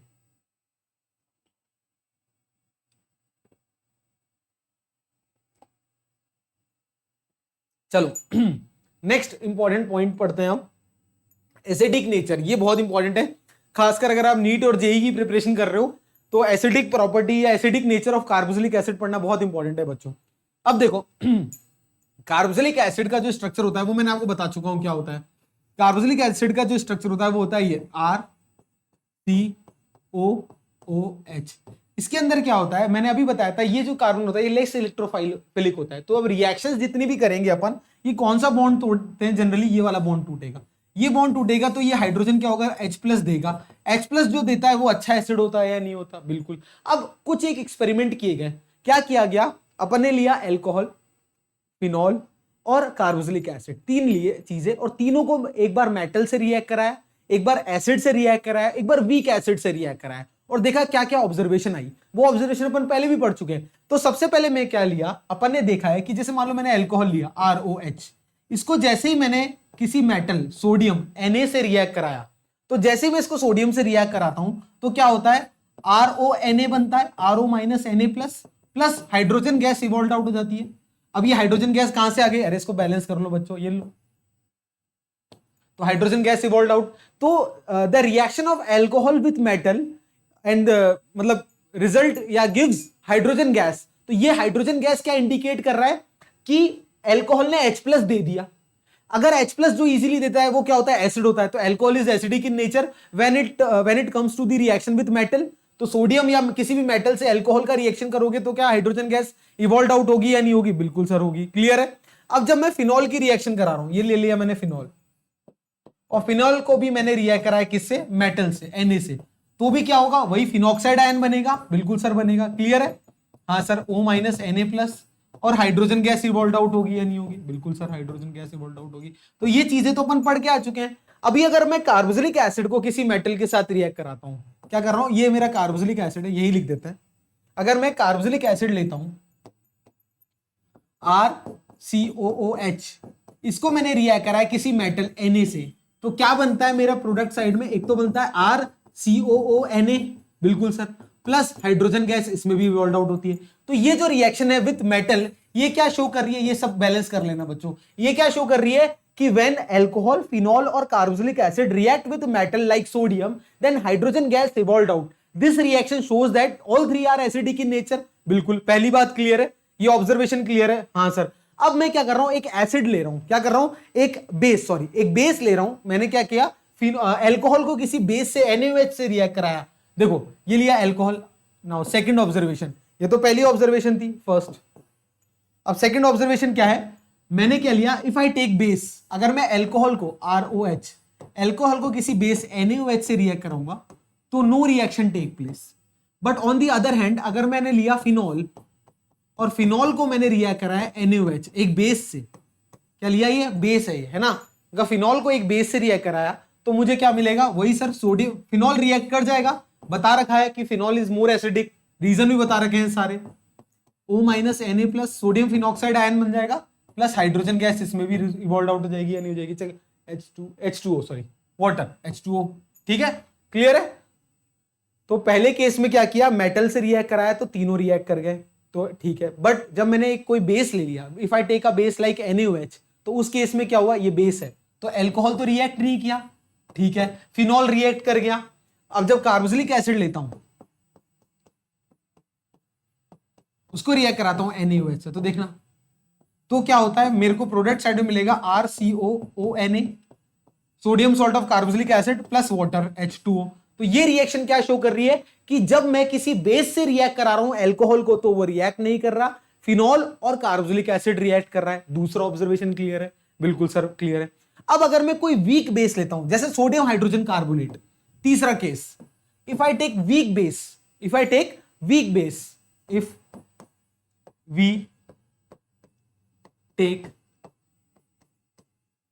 वीक बेस, अगर कोई वीक बेस लेता हूं, बहुत ध्यान से देखना, like sodium hydrogen carbonate NaHCO3, ये एक बेस है, एक इसे क्या बोलते हैं? वीक बेस बोलते हैं। उस केस में जब मैं अल्कोहल ले लूं या फिनॉल ले लूं, उसको जब मैं वीक एसिड के साथ, वीक बेस के साथ रिएक्ट करा रहा हूं, जैसे NaHCO3 के साथ, तो देखता हूं नो रिएक्शन टेक प्लेस, कोई रिएक्शन नहीं होती, ठीक है। बट अगर मैं कार्बोक्सिलिक एसिड ले रहा हूं, ये ऑब्जर्वेशंस बता रहा हूं मैं आपको, इसको मैं रिएक्ट करा रहा हूं किससे? NaHCO3 वीक बेस से, तो मुझे प्रोडक्ट साइड में मिलता है क्या? Sodium salt of carboxylic acid ONA plus H2O plus CO2 gas, ठीक है। तो जब भी मैं कार्बोक्सिलिक एसिड को सोडियम हाइड्रोजन कार्बोनेट एक वीक बेस के साथ रिएक्ट कराता हूं, तो मेरी कौन सी गैस इवॉल्व आउट होती है? Carbon dioxide gas. तो ये तीनों ऑब्जर्वेशन में मैंने एक चीज देखी कि आपने मेटल से या किसी बेस से या किसी वीक बेस से रिएक्ट करा है, तीनों केस में आपका जो कार्बोक्सिलिक एसिड है वो तो तीनों से रिएक्ट कर रहा है, बट किसी केस में अल्कोहल नहीं कर रहा है, तो किसी केस में फिनॉल नहीं कर रहा है। तो अगर मैं एक कॉमन स्टेटमेंट बोलना चाहूं तो क्या मैं ये कह सकता हूं base acidic strength of carboxylic acid is highest, then comes to phenol, और फिर लास्ट में आता है अल्कोहल। कोई डाउट? अरे चेक करो, कोई डाउट? तो ये क्या है? एसिडिक ऑर्डर है। अगर आपसे कोई पूछे कौन सबसे ज्यादा एसिडिक है, तो क्या बताओगे? कार्बोक्सिलिक एसिड, फिर फिनॉल, फिर अल्कोहल। क्यों सर? क्योंकि सर ऑब्जर्वेशन है कि मेटल के साथ तीनों रिएक्ट कर जाते हैं, बेस के साथ सिर्फ दो ही रिएक्ट करते हैं, फिनॉल और carboxylic acid, but weak base like NaHCO3 के साथ सिर्फ और सिर्फ कार्बोक्सिलिक एसिड रिएक्ट करके कार्बन डाइऑक्साइड गैस दे रहा है। इट कंफर्म दैट कि जो कार्बोक्सिलिक एसिड होता है is the strongest acid. Clear है? ये नोट कर लो, ठीक है। तो liberation of CO2 with liberation of CO2 by reacting carboxylic acid with weak base like NaHCO3, ठीक है, confirm that carboxylic acid is a stronger acid, इसको नोट कर लो। तो ये बहुत इंपॉर्टेंट पॉइंट है, कोई भी डाउट है तो बताइएगा। चलो, तो एसिडिक स्ट्रेंथ बताइए, मैंने आपको क्या बताई, एसिडिक स्ट्रेंथ। ये एसिडिक स्ट्रेंथ क्या थी, on experimental basis, on experimental basis, कि एक्सपेरिमेंटल स्टडी की गई और मुझे ये रिएक्शन मिली तीनों, और मैंने आपके सामने रख दी। तो एसिडिक नेचर के बारे में ये चीज समझ में आ गई कि जो कार्बोक्सिलिक एसिड होता है वो सबसे ज्यादा स्ट्रॉन्गर एसिड होता है, क्योंकि वो एक वीक बेस के साथ भी रिएक्ट कर जाता है, एक बेस के साथ भी रिएक्ट कर जाता है, और एक मेटल के साथ भी रिएक्ट कर जाता है। क्लियर है, इसको नोट कर लो, ठीक है। बट अब अपन स्टडी करते हैं ऐसा क्यों हुआ। अगर अपन इसको थ्योरेटिकली या केमिस्ट्री पॉइंट ऑफ व्यू से स्टडी करें तो ऐसा क्यों होता है, तो बहुत ध्यान से देखना। अगर मैं पहले अल्कोहल की बात करूं, अगर मैं अल्कोहल की बात कर रहा हूं ROH, तो जब मैं अल्कोहल को पानी में डालता हूं, क्या करता हूं, पानी में डालता हूं, H2O में डाला, पानी में डाला, तो क्या मिला अपन को, देखना, जैसे पानी में डालोगे तो RO- और H+ दे देता है। तो सर H+ देने की वजह से, H+ दे दिया, इसका मतलब ये तो एसिड हुआ, अच्छा एसिड हुआ। बट बहुत ध्यान से देखना, अब देखो, ये है R और ये है O और ये है नेगेटिव, बहुत ध्यान से देखना। ये R क्या होता है, एल्काइल ग्रुप। ये एल्काइल ग्रुप क्या होता है, इलेक्ट्रॉन डोनेटिंग होता है। क्या होता है, इलेक्ट्रॉन डोनेटिंग। अब ये इलेक्ट्रॉन अगर इसको डोनेट कर रहा है, बहुत ध्यान से देखना, तो इस ऑक्सीजन पे नेगेटिव चार्ज क्या होगा, नेगेटिव चार्ज क्या होगा, इंक्रीज होगा या नहीं होगा, बहुत ध्यान से देखना। अरे ये इसको जब इलेक्ट्रॉन डोनेट करेगा तो इस ऑक्सीजन पे नेगेटिव चार्ज डेंसिटी इंक्रीज होगी या नहीं होगी, बिल्कुल। इस पे जब नेगेटिव चार्ज डेंसिटी बढ़ गई तो ये क्या करेगा, इस हाइड्रोजन को अपनी तरफ क्या करेगा, अट्रैक्ट करेगा, अट्रैक्ट करेगा, और वापस से क्या बना लेगा, वापस से क्या बना लेगा, मेरा अल्कोहल ROH बना लेगा या नहीं बना लेगा। इसका मतलब जैसे ही पानी में अल्कोहल डाला तो तुरंत मुझे अल्कोहल ही कन्वर्ट हो गया। तो एक तरीके से क्या है, एक रिवर्सिबल रिएक्शन है या नहीं है। इसका मतलब alcohol is not a good acid. Why, because due to this alkyl group which is electron donating in nature, what this alkyl group will do, this will increase the electron density on oxygen, resulting the attraction of H+ which it has already been donated। अब H+ ये वापस अगर ले लेगा तो बना क्या, ROH ही बन गया अपने पास, मतलब H+ आपको मिला ही नहीं। अगर H+ आपको मिला ही नहीं तो this is not a good acid, right और रॉन्ग, बिल्कुल। So therefore ROH is not a good acid. क्यों, because of this alkyl group. बहुत इंपॉर्टेंट बातें बता रहा हूं। पहले तो मैंने बताया कि क्यों अच्छा नहीं है, पहले तो ऑब्जर्वेशन बताई कि अच्छा नहीं है बच्चों। अब अच्छा क्यों नहीं है, उसका पहला रीजन, ठीक है सर। अब अगर अपन सेकंड रीजन की तरफ मूव करें, सेकंड फिनॉल, दूसरा फिनॉल था ना, हाँ सर, आओ फिनॉल पे आ जाओ। अब फिनॉल को मैंने पानी में डाला, ये रहा फिनॉल OH, इसको जैसे ही पानी में डालेंगे तो ये टूट जाएगा, H+ देगा, और इस पे क्या आ जाएगा, फिनॉक्साइड आयन आ जाएगा, O- आयन आएगा। अब बहुत ध्यान से देखना, O- प्लस H+। अब देखो ये H+ दे दिया, अच्छा एसिड है। ये क्या है, फिनॉक्साइड आयन है। क्या है, फिनॉक्साइड आयन। और ये क्या होता है, स्टेबल होता है। ये क्या होता है, इट इज स्टेबल। बहुत ध्यान से देखना, क्यों स्टेबल होता है, क्योंकि ये फिनॉक्साइड आयन का जो ऑक्सीजन पे नेगेटिव चार्ज है, ये जो ऑक्सीजन पे ये जो नेगेटिव चार्ज है, ये किस में इन्वॉल्व होता है, ये इन्वॉल्व होता है रेजोनेंस में। जैसे ही नेगेटिव चार्ज आएगा तो यहां क्या होगा, रेजोनेंस। क्या होगा, रेजोनेंस। और रेजोनेंस की वजह से स्टेबिलिटी क्या हो जाती है, बढ़ जाती है। क्या होती है, स्टेबिलिटी, देयरफॉर स्टेबिलिटी इंक्रीजेस। तो इसलिए ये जो सोडियम फिनॉक्साइड आयन होता है, ये क्या होता है, स्टेबल होता है। इसलिए phenol is better acid than alcohol. But बहुत ध्यान से देखना, अब जैसे ही रेजोनेंस होगा तो इस कार्बन पे क्या नेगेटिव चार्ज आएगा या नहीं आएगा, बिल्कुल। अब कार्बन पे negative charge is not that much comfortable, क्योंकि कार्बन से अच्छा है आप क्लोरीन, ब्रोमीन, ऑक्सीजन, फ्लोरीन, इन पे नेगेटिव चार्ज लाते हो तो सही है, क्योंकि ये क्या होते हैं, इलेक्ट्रोनेगेटिव इन नेचर होते हैं। बट कार्बन पे negative is not that acceptable. हाँ, ये अच्छा है, ये स्टेबल है, अल्कोहल से बेटर एसिड है, बट इस पे भी क्या है, कार्बन, इसकी भी एक डीमेरिट है। ये क्या कर रहा है, इस रेजोनेंस की वजह से इस कार्बन पे क्या आ रहा है, एक नेगेटिव चार्ज आ रहा है या नहीं आ रहा। तो कार्बन पे अगर नेगेटिव चार्ज आ रहा है, इसका मतलब ये भी इतना अच्छा नहीं है पानी में डालने के बाद। फिनॉल भी क्या है, इतना अच्छा रिजल्ट नहीं दे रहा पानी में जाने के बाद। बहुत ध्यान से देखना, तो अगर मैं फिनॉल के केस में लिखना चाहूं तो क्या लिख सकता हूं? अगर मैं यही लिखता हूं जैसे phenol is better acid than alcohol, ठीक है, पहला पॉइंट ये है, ठीक है, ड्यू टू रेजोनेंस समझा दिया। बट ये लिख लो, ड्यू टू रेजोनेंस या ड्यूरिंग रेजोनेंस भी लिख सकते हो, negative charge appears on carbon atom, ठीक है, negative charge appear on carbon atom of aromatic ring, है ना, and carbon is not electronegative, बस ये लिख लो, कार्बन इलेक्ट्रोनेगेटिव नहीं है पर उस पर नेगेटिव चार्ज आ रहा है, इसलिए ये भी क्या है, फीजिबल नहीं है ये, this is also not that much feasible, ठीक है।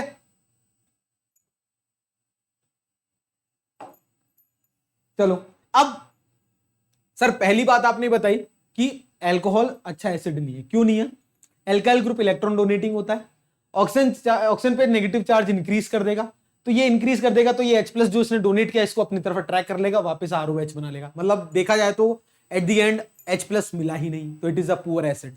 ओके, अगला जब फिनॉल की बात करी तो फिनॉक्साइड आयन बना, आपने कहा ये स्टेबल होता है एज कंपेयर टू अल्कोहल, एक अच्छा एसिड है, बट रेजोनेंस की प्रोसेस के दौरान कार्बन पे नेगेटिव चार्ज आएगा या नहीं आएगा? कार्बन पे नेगेटिव चार्ज आना नहीं चाहिए क्योंकि वो इलेक्ट्रोनेगेटिव नहीं है, तो ये although it is a good acid as compare to alcohol but it is not that much stable. अब तीसरी केस, अगर अपन कार्बोक्सिलिक एसिड की बात कर रहे हैं, third, if I talk about carboxylic acid, तो जब मैं कार्बोक्सिलिक एसिड को पानी में डाल रहा हूं H2O,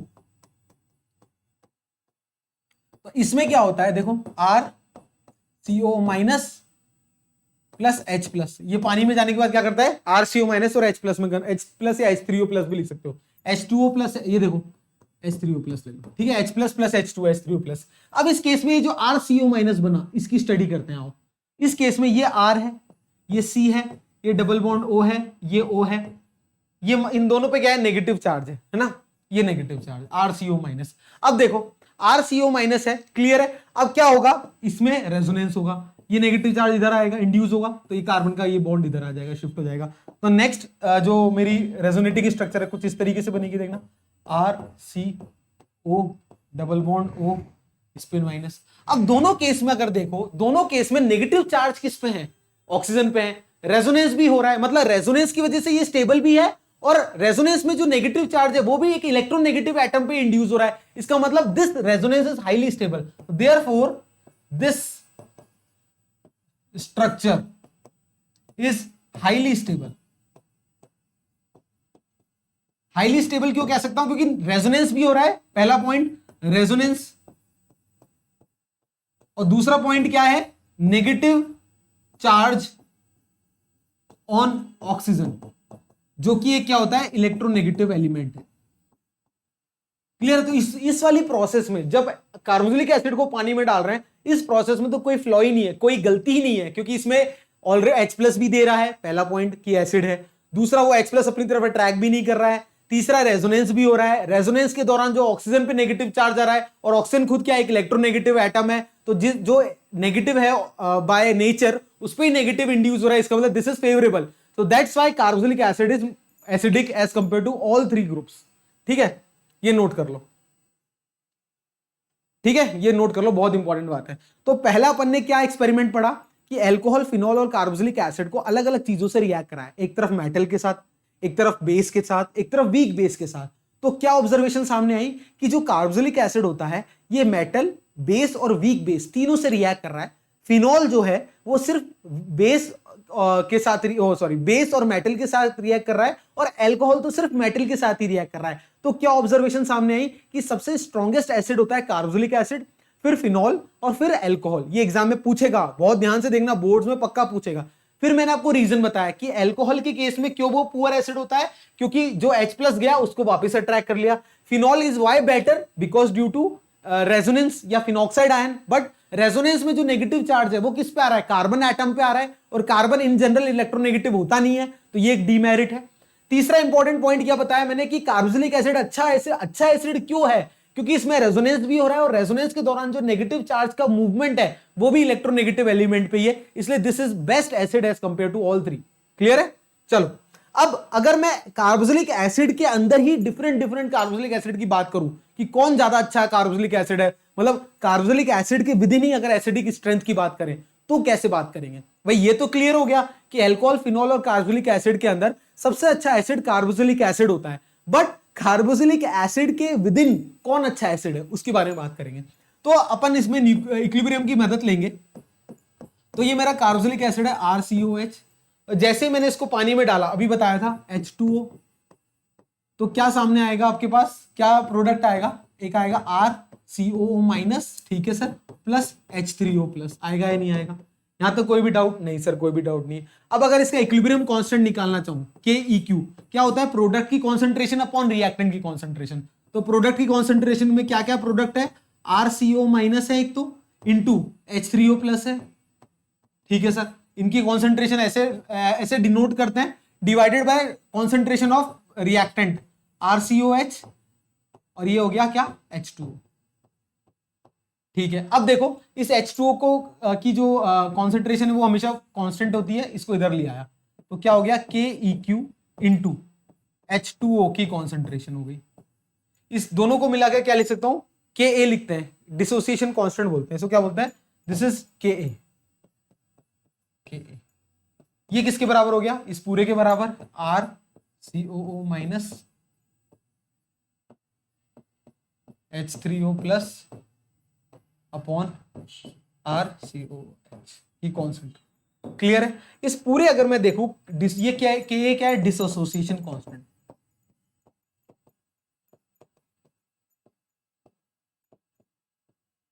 तो अगर मैं इस इक्वेशन में देखूं तो dissociation constant is directly proportional, ये जो डिसोसिएशन कांस्टेंट है it is directly proportional to the concentration of H3O plus, या इसको H3O प्लस बोलो या और H प्लस बोलो, कोई डाउट है? नहीं सर। इसका मतलब dissociation constant is directly proportional to the concentration of H plus ion. बिल्कुल, तो मैं ऐसे लिख सकता हूं KA is directly proportional to H3O plus concentration, या और it is directly proportional to H plus concentration. यहां तक किसी को भी कोई डाउट है तो बताओ? नहीं सर, कोई भी डाउट नहीं है। तो अगर मैं बोलूं अगर मैं डिसोसिएशन कांस्टेंट की वैल्यू इंक्रीज करता हूं तो इसका मतलब क्या कर रहा हूं मैं? H प्लस की कॉन्सेंट्रेशन क्या कर रहा हूं? इंक्रीज कर रहा हूं। अगर H प्लस की कॉन्सेंट्रेशन इंक्रीज होती है तो एसिडिक स्ट्रेंथ क्या होती है? इंक्रीज होती है। ये बहुत इंपॉर्टेंट पॉइंट है जो मैंने बोल दिया है। क्या? अगर जब मैंने इक्विलिब्रियम की हेल्प ली तो मैंने देखा कि डिसोसिएशन कांस्टेंट की वैल्यू जो है it is directly proportional to H3O plus concentration, या H3O प्लस बोलो या H प्लस बोलो, एक ही बात है, या H प्लस की कॉन्सेंट्रेशन। इसका मतलब जैसे जैसे डिसोसिएशन कांस्टेंट की वैल्यू बढ़ेगी वैसे वैसे H प्लस की वैल्यू बढ़ेगी, वैसे वैसे एसिडिक स्ट्रेंथ क्या होगी? इंक्रीज होगी। इसका मतलब अगर एग्जांपल अगर आपको 3 कार्बोक्सिलिक एसिड दे रखे हैं, एक A दे रखा है, एक B दे रखा है और एक C दे रखा है, ठीक है, इसकी KA1 है इसकी डिसोसिएशन की वैल्यू, इसकी KA2 है, इसकी KA3 है। क्लियर है बच्चों? और मैं कह रहा हूं कि अगर इफ KA1 ज्यादा है, KA2 ज्यादा है और KA3 सबसे कम है तो इन तीनों में सबसे ज्यादा एसिडिक कौन होगा? तो A इज मोस्ट एसिडिक। क्यों? क्योंकि KA की वैल्यू जिसकी जितनी ज्यादा होगी उतना उसमें H प्लस ज्यादा होगा, H प्लस जिसमें ज्यादा वो ज्यादा एसिडिक। ठीक है, ये इसका एक एप्लीकेशन है। कोई भी डाउट है तो बताओ? नहीं सर। बट एग्जामिनर कई बार क्या है, आपको घुमाने के लिए क्या करता है? KA वैल्यू नहीं देता। क्या करता है? If KA value is not given, आपको क्या देता है? जनरली pKa वैल्यू दे देता है। क्या करता है? KA वैल्यू नहीं देता, pKa वैल्यू दे देता है। तो pKa वैल्यू और KA में क्या रिलेशन होता है? pKa is equals to minus log of KA। ये रिलेशन होता है pKa और KA में।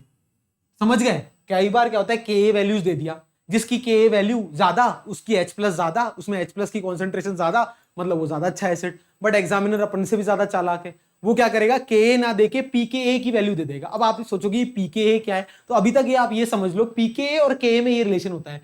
pKa is what? Minus log of KA। मतलब बायो के बच्चे घबराना मत, इसका मतलब क्या है? pKa और KA आपस में क्या होता है? इनवर्सली प्रोपोर्शनल होता है। बस इतना ध्यान रखना। क्लियर है? बिल्कुल सर क्लियर है। अभी यहां पर मैं क्या पढ़ा, यहां पर मैं ये पढ़ के आया हूं कि K directly proportional to acidic strength, कि के की वैल्यू ज्यादा तो एसिडिक ज्यादा, ये लिख लो यहां एसिडिक स्ट्रेंथ। क्लियर है? बिल्कुल सर। तो K is directly proportional to acidic strength. अब यहां देखना pK is inversely proportional to K, तो इसका मतलब it is also inversely proportional to acidic strength. Clear? ये बहुत इंपॉर्टेंट पॉइंट है, ये दूसरा इंपॉर्टेंट पॉइंट। अगर के की वैल्यू ज्यादा तो एसिडिक नेचर अच्छा, ज्यादा अच्छा एसिड। अगर पीके की वैल्यू ज्यादा, if pKa value is more, then acidic strength decreases, acidic strength decreases। ये लिख लेना, ये इंपॉर्टेंट पॉइंट। क्यों? Due to maths. ये बस इतना सा मैथ्स है, ये छोटी सी चीज है जो आपको ध्यान में रखनी है। ठीक है? कई बार एग्जामिनर pKa वैल्यू दे देता है Ka वैल्यू की जगह। क्लियर? जैसे एक एग्जांपल दे रहा हूं, वापस एग्जांपल देख लो। एग्जांपल वही है, पुराना एग्जांपल। एक है तीन कार्बोक्सिलिक एसिड दे रखे हैं, ए बी और सी। इसकी pKa की वैल्यू दे रखी है pKa 1, इसकी दे रखी है pKa 2 और इसकी दे रखी है pKa 3। अब क्या रखा है, इसकी वैल्यू ज्यादा, फिर इसकी, मतलब सबसे ज्यादा pKa वैल्यू किसकी? ए की, pKa की, फिर उसके बाद सबसे कम pKa 3 की। क्लियर? अब मैं पूछ रहा हूं सबसे ज्यादा एसिडिक कौन है, तो pKa is inversely proportional to acidic nature, ऐसे लिख लो। तो इसका मतलब जिसकी pKa की वैल्यू कम, किसकी कम? pKa 3 की, वो इज मोस्ट एसिडिक। बच्चों कंफ्यूज मत होना, Ka की वैल्यू ज्यादा तो अच्छा एसिड, pKa की वैल्यू ज्यादा तो बुरा एसिड, क्योंकि वो माइनस लॉग ऑफ pKa होता है। ये नोट कर लो। ठीक है? तो कुल मिला के अगर मैं एक स्टेटमेंट लिखना चाहूं तो क्या ये लिख सकता हूं? ये देखो, Ka is directly proportional to acidic nature या acidic strength, पहला पॉइंट। दूसरा point, pKa is inversely proportional to Ka, so it is inversely proportional to acidic strength। बार बार यही पॉइंट बोल रहा हूं, एग्जामिनर यही पूछेगा। नीट और जेई में तो पक्का आएगा ये, यहां लिख लो, नीट और जेई। जो भी नीट और जेई की स्टूडेंट है वो तो पक्का अच्छे से पढ़ के जाना है। क्लियर है? चलो नोट कर लो इसको। तो यहां से स्टार्ट हुआ। सबसे पहले मैंने बताया कि कार्बोक्सिलिक एसिड अच्छा एसिड होता है, क्यों होता है, इसका रीजन बता दिया। फिर उसकी एसिडिक स्ट्रेंथ की बात करी, तो ये निकल के आया कि एसिडिक स्ट्रेंथ के की वैल्यू जितनी ज्यादा उतना अच्छा एसिड। फिर कई बार मैं ये बताया कि एग्जामिनर के ना दे और पीके दे दे, तो अपन को एक स्टेप उससे ज्यादा आगे सोचना है। तो पीके और के में क्या रिलेशन होता है? PK is equal to minus of log of K. इस माइनस और लॉग की वजह से क्या आया, पीके और के आपस में इनवर्सली प्रोपोर्शनल है। तो अगर के बढ़ेगा तो एसिडिक स्ट्रेंथ बढ़ेगी, तो पीके अगर बढ़ेगा तो एसिडिक स्ट्रेंथ कम होगी। ये लिख दिया मैंने, फिर एक एग्जांपल करा दिया, फिर एक फाइनल कंक्लूजन लिख दिया। ये रहा कंक्लूजन। क्लियर है? रटना कुछ भी नहीं है, सिंपल सी बातें हैं सारी। ठीक है? चलो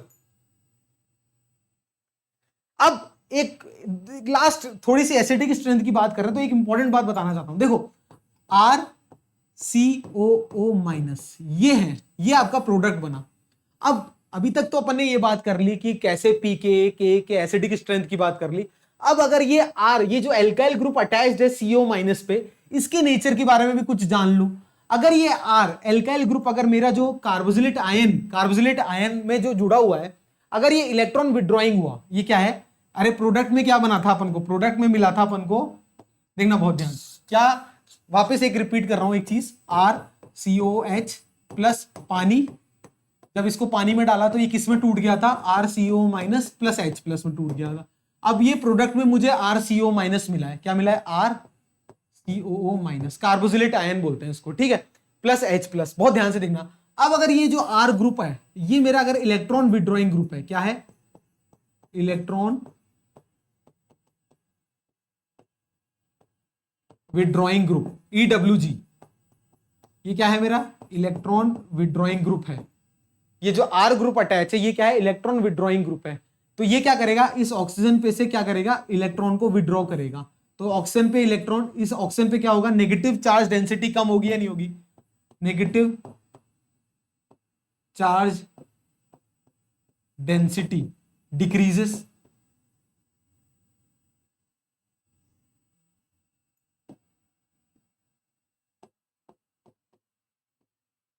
बहुत ध्यान से देखना, अगर इलेक्ट्रॉन विड्रॉइंग ग्रुप है, इलेक्ट्रॉन को विड्रॉ करने वाला ग्रुप है, तो इस पे नेगेटिव चार्ज डेंसिटी डिक्रीज होगी। अगर इस पे नेगेटिव चार्ज डेंसिटी डिक्रीज होगी, so therefore it will not attract H plus ion. अरे जब पावर ही नहीं है तो अट्रैक्ट कैसे करेगा? हाँ sir, so therefore electron withdrawing group की वजह से एसिडिक स्ट्रेंथ क्या होगी? Increase. Therefore acidic strength increases. बहुत इंपॉर्टेंट पॉइंट है, क्लियर है? देखो अभी तक सब कार्बोक्सिलिक एसिड में ही कर रहे हैं अपन।